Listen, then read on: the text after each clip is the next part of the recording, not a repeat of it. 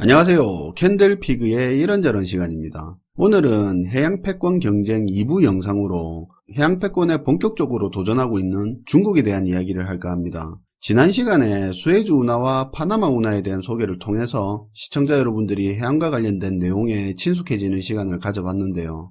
지난 내용을 짧게 정리해보면 유럽 국가들이 모여있는 지중해하고 인도양으로 나가는 관문인 홍해, 이 지중해와 홍해를 연결하는 운하가 수에즈 운하라고 했는데요. 수에즈 운하를 거쳐서 항해를 하게 되면 아프리카 대륙을 삥 돌아서 갈 필요 없이 지름길처럼 질러서 갈 수 있다고 했습니다. 중동산 원유가 이 수에즈 운하를 통해서 들어오기 때문에 특히 유럽 입장에서는 중요하다는 이야기를 했었죠. 그리고 파나마 운하를 두 번째로 소개를 했는데요. 북미 대륙과 남미 대륙 사이에 있는 파나마라는 국가에 있는 운하였습니다. 여기 역시도 남미 대륙을 삥 둘러서 가야 하는 거리를 줄이기 위해서 미국 동부와 서부를 짧게 연결하는 개념이라서 미국한테 중요하다고 했습니다. 최근에는 미국의 셰일가스 수출 때문에 중요성이 더 커졌다는 이야기도 했었는데요.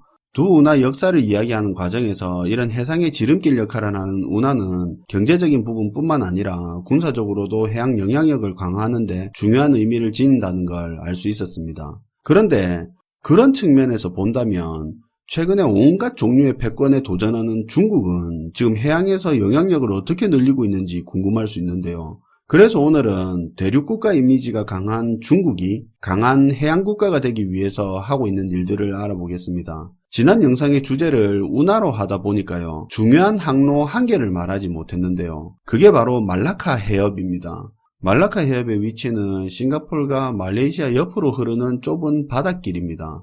동아시아 쪽에서 중동이나 서아시아 쪽으로 넘어갈 때 이 말라카 해협을 통과하게 됩니다. 앞에 말했던 운하들처럼 역시나 여기를 통과하지 않으면 밑에 인도네시아 쪽으로 돌아서 지나가야 되기 때문에 말라카 해협 자체는 운하가 아니지만 마치 운하처럼 바다의 지름길 역할을 하고 있다고 할 수 있습니다. 그러니까 수에즈 운하, 파나마 운하, 말라카 해협이 세계 3대 바다 지름길이라고 생각하시면 됩니다. 사실 이 말라카 해협은 다른 동아시아 국가에게도 중요하지만 중국에게는 특히 더 전략적으로 중요한데요. 중국의 원유 수입 80%는 여기를 거쳐서 들어옵니다. 그런데 이 말라카 해협은 미군이 거의 장악하고 있다고 봐도 되는데요. 중국 입장에서는 혹시라도 말라카 해협이 미국이나 친미 국가들한테 해상 봉쇄를 당하게 되면 골 때리는 상황이 생기게 됩니다. 다시 말해서 말라카 해협을 봉쇄당하게 되면 중국은 에너지 운송 경로를 봉쇄당하는 거라서 굉장한 타격을 입게 되는 거죠. 그래서 중국은 다양한 경로로 에너지 수송 방법을 확보하고 있는 중인데요. 그 대표적인 게 송유관과 가스관입니다. 러시아에 연결된 천연가스 운송관하고 미얀마랑 카자흐스탄 송유관을 통해서 중동 원유를 말라카 해협을 거치지 않고 가져오는 통로로 쓰고 있고 송유관도 더 확대하는 추세입니다. 그런데 중국은 이런 송유관뿐만 아니라 화물을 직접 이동시킬 수 있는 운하에 대해서도 적극적인 편인데요. 대표적인 게 태국의 크라 운하라고 할 수 있습니다. 크라 운하의 위치는 복잡한 말라카 해협 위쪽에 태국에 뚫리는 건데 근데 아직 이 크라 운하는 현재 존재하는 운하는 아니고 중국과 태국이 논의하고 있는 상태입니다. 현재는 자금 문제부터 해서 태국 국내 정치적인 문제 그리고 주변국하고 이해관계가 엮여 있다 보니까 주춤하고 있는데 나중에라도 크라 운하 이야기는 언젠가 또 이슈가 될 가능성이 높습니다. 만약에 태국 크라 운하가 건설되면 중국은 말라카 해협을 대신해서 미국과 친미 국가에 대응할 수 있는 항로를 가질 수 있게 되는 거고요. 태국 정부는 크라 운하를 통해서 물류 허브 국가로 성장할 수 있게 되는데요. 반대로 싱가포르 입장에서는 크라 운하가 개통되게 되면 현재 무역량의 3분의 1 정도를 태국에 뺏길 수 있다고 하니까 싱가포르는 크라 운하를 반기지는 않겠죠. 국도변에 장사 잘 되는 손짜장집이 있었는데 갑자기 뒤에 고속도로 뚫려버리는 그런 상황인 거죠. 아무튼 중국은 3대 바다 지름길 중에 말라카 해협 항로에 대한 자기들의 약점을 가스 수송관, 원유 수송관과 더불어 현재 검토 중인 크라 운하를 통해서 극복하려고 하고 있습니다. 다음은 대표적인 친미국가 중에 하나인 파나마에 위치한 파나마 운하에 대응하는 중국의 전략입니다. 수에즈 운하랑 파나마 운하는 세계 여러 나라 배들이 자유롭게 사용할 수 있게 국제 조약으로 보장되어 있습니다. 그러니까 어떤 상황이 되어도 운하를 가진 국가가 선박들을 마음대로 차단할 수 없게 되어 있다는 그런 뜻인데요. 근데 파나마 운하는 인접국하고 교전이 있는 국가에 대해서는 자유항해를 보장하지 않습니다.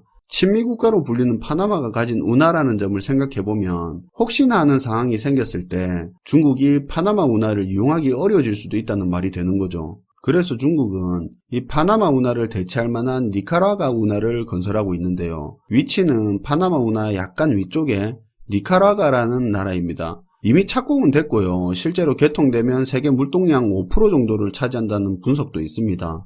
위치도 사실상 파나마 운하랑 비슷해서 둘이서 물동량 나눠 먹는다 생각하면 될 것 같은데요. 경제적인 목적으로만 보면 크게 메리트가 없어 보이긴 합니다. 일부에서는 중국이 경제적인 목적보다는 군사적인 목적으로 프로젝트를 진행하고 있다고 보는 견해가 많은 것 같더라고요. 어쨌든 싱가포르이 크라 운하를 안 좋아하는 것처럼 이 니카라과 운하는 미국과 파나마의 입장에서는 달갑지 않은 운하로 볼 수 있는데, 근데 현재 공사가 니카라과 농민들의 반대로 3년 이상 지체도 되어 있고 공사 역시 엄청난 규모라서 계획대로 2020년대 중반까지는 사실상 완공이 힘들다는 이야기도 있습니다. 그렇다 치더라도 운하하고는 또 별개로 중국은 미국을 견제하려는 목적으로 미국 바로 턱 밑에 반미 성향을 가진 중남미 국가들과 1대1로 추진에 공을 들이고 있습니다.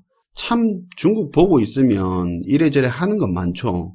아무튼 중국은 파나마 운하에 대한 대책으로 니카라과 운하를 건설하고 있고, 그리고 반미 성향 중남미 국가와 1대1로 프로젝트에 공을 들인다고 했는데요. 사실 딴 건 그럭저럭 진행이 되고 있는 것 같기는 한데 운하와 관련된 건 크라 운하든 니카라과 운하든 좀 지지부진한 면이 있는 것 같습니다. 마지막으로 수에즈 운하에 대한 내용인데요. 앞서 말했듯이 수에즈 운하는 특정 국가에게만 항로 차단될 일은 없습니다. 그렇다 보니까 중국 입장에서는 딱히 수에즈 운하에 대한 대응책이 필요한 건 아니죠. 그런데 수에즈 운하보다 더 빨리 질러갈 수 있는 항로가 열렸는데 이게 바로 오늘 영상의 핵심인 북극 항로입니다. 환경적인 측면에서는 문제이기는 한데 북극에 빙하가 많이 녹아서 배도 다닐 수 있고 자원 개발도 가능해졌습니다. 그렇다 보니까 북극 항로와 북극의 가치가 엄청나게 올라 있는 상태인데요. 현재 크게 이슈가 안 돼서 그렇지 지금 북극은 해양 패권 경쟁에 장이 되어 있는 상태입니다.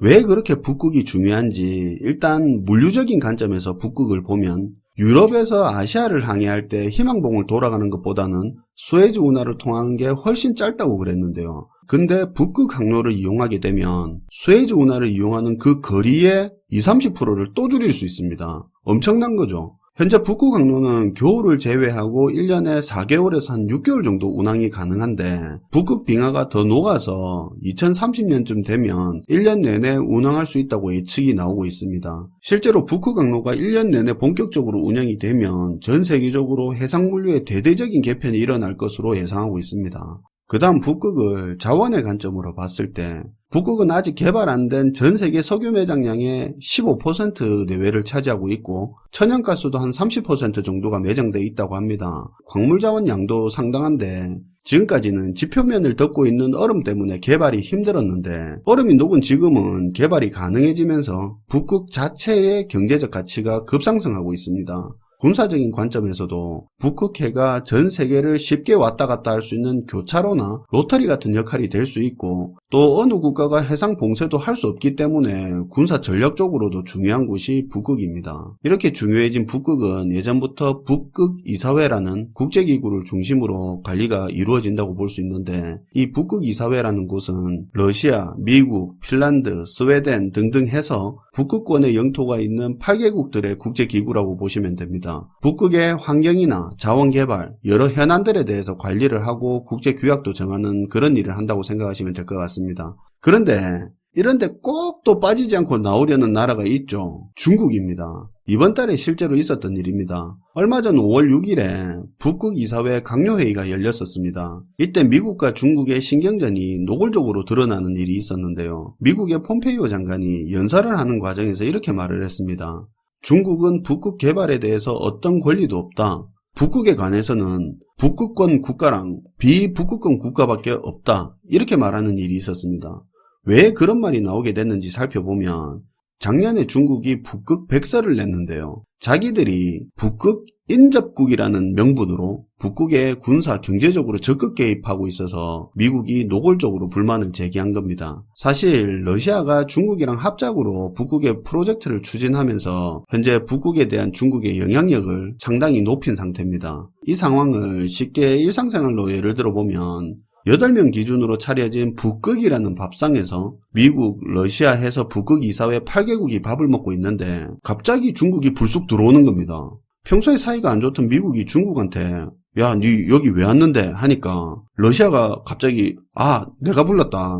중국 앉아라 이러는 겁니다. 중국도 나도 돈 냈다고 하면서 다른 사람들 자리 좀 땡겨보라고 테이블 비집고 들어가 앉은 그런 상황인데요. 사실 그동안 중국이 러시아를 포함해서 북극권 국가들한테 자원개발과 인프라 건설에 투자를 상당히 많이 했습니다. 2012년부터 우리 돈 100조를 넘게 썼다고 하니까 대충 중국이 북극에 얼마나 공을 들이는지 알 수 있습니다. 중국의 1대1로를 많이 들어보셨을 텐데요. 육상 실크로드와 해상 실크로드를 통해서 중국 주변 국가들을 중국 중심의 경제 공동체로 만드는 큰 프로젝트가 1대1로인데요. 최근에는 육상 실크로드와 해상 실크로드, 여기다가 추가로 빙상 실크로드라고 해서 북극권 국가까지 편입시키려는 야욕을 노골적으로 드러내고 있습니다. 북극권에 쇠빙선하고 민간 연구기지를 지금 늘리고 있는 상태고요. 그쪽에 군사력 증강도 계속 시도하고 있습니다. 이런 부분 때문에 북극권의 중국 영향력이 확대되는 걸 미국이 상당히 견제하고 있고 갈등도 점점 커지는 추세입니다.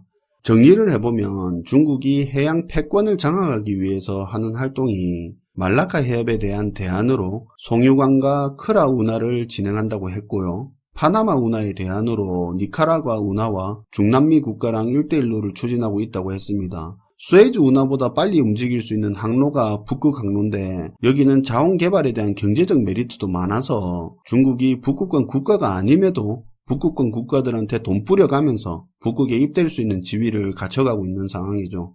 그런데 북극 항로가 뚫리게 되면 우리는 어떤 이점이 있는지 살펴볼 필요가 있는데요. 사실 북극 항로가 본격적으로 사용되기 시작하면 물류 관점에서 가장 이득을 보는 국가는 일본하고 한국입니다. 우리나라 같은 경우에는 부산항이 큰 혜택을 볼 수 있는데요. 화면의 지도를 보면 감을 잡으실 수 있을 겁니다. 북극 항로가 본격화되면 부산항은 고속도로 휴게소처럼 역할을 할 수도 있고요. 북한을 거쳐서 유럽을 향해 간다는 그런 철도 수송망에 집착할 필요도 없어집니다. 자원개발의 관점에서는 우리나라 조선업에 또 좋은 기회가 될 수 있는데요. 북극의 얼음이 녹으면서 천연가스 개발이 엄청 늘어난다는 겁니다. 북극에서 뽑아올린 천연가스를 옮길 LNG선이 필요한데 여기 쓰이는 LNG선은 일반 LNG선하고는 다르게 쇠빙 LNG선을 사용합니다. 계속 북극 항로로 왔다 갔다 해야 되니까요. 올해 4월달에 북극 천연가스 개발 프로젝트인 러시아 LNG2 프로젝트에 사용될 쇠빙 LNG선 발주 물량이 거의 20조 원 규모로 시장에 풀렸죠. 조선소들 지금 공사 따내려고 수주 전쟁 중이죠. 올 6월달쯤에 어느 조선소가 만들지 결정이 날 겁니다. 아무튼 셰일가스 덕에 LNG선 발주 물량 늘고 북극 개발 때문에 쇠빙 LNG선 발주 물량이 늘고 있습니다. 오늘 영상 보신 분들은 같이 봐야 하는 영상이 있는데요. 첫 번째 영상이 조선산업 20년이라는 영상인데 왜 2000년대에 그렇게 잘 나가던 조선업이 이렇게까지 쓰러졌었는지 앞으로는 어떨지에 대한 내용이고요. 두 번째로 챙겨보셔야 할 영상이 에너지 권력의 이동이라는 영상입니다. 미국의 셰일가스 개발 전하고 개발 후에 국제사회 질서가 엄청나게 달라졌는데 그 내용을 다뤘습니다. 그리고 이번 해양 패권 전쟁 1편, 2편 챙겨보시면 됩니다. 이렇게 4개 영상 딱 보시면 국제사회 에너지 관련된 내용 웬만큼 정리가 될 거라 봅니다. 전부 주제 자체가 재밌는 영상이라 챙겨보시길 바랍니다. 영상 끝나고 마지막 음악 나올 때 링크 걸어 두겠습니다. 아무튼 오늘은 최근에 일어나고 있는 해양 권력 경쟁에 대한 이야기를 중국이 추진하는 내용을 기준으로 풀어봤습니다. 북극 환경 문제 때문에 얼음이 녹은 건 안타깝지만 북극 항로가 우리에게 또 다른 기회가 될 수 있다는 부분을 기억해 주시고 에너지 시리즈 영상 4편 챙겨보시길 바랍니다. 시청해주셔서 감사하고요. 지금까지 캔들피그의 이런저런 시간이었습니다. 캔들스토리 식구가 되고 싶으시면 구독 눌러주세요.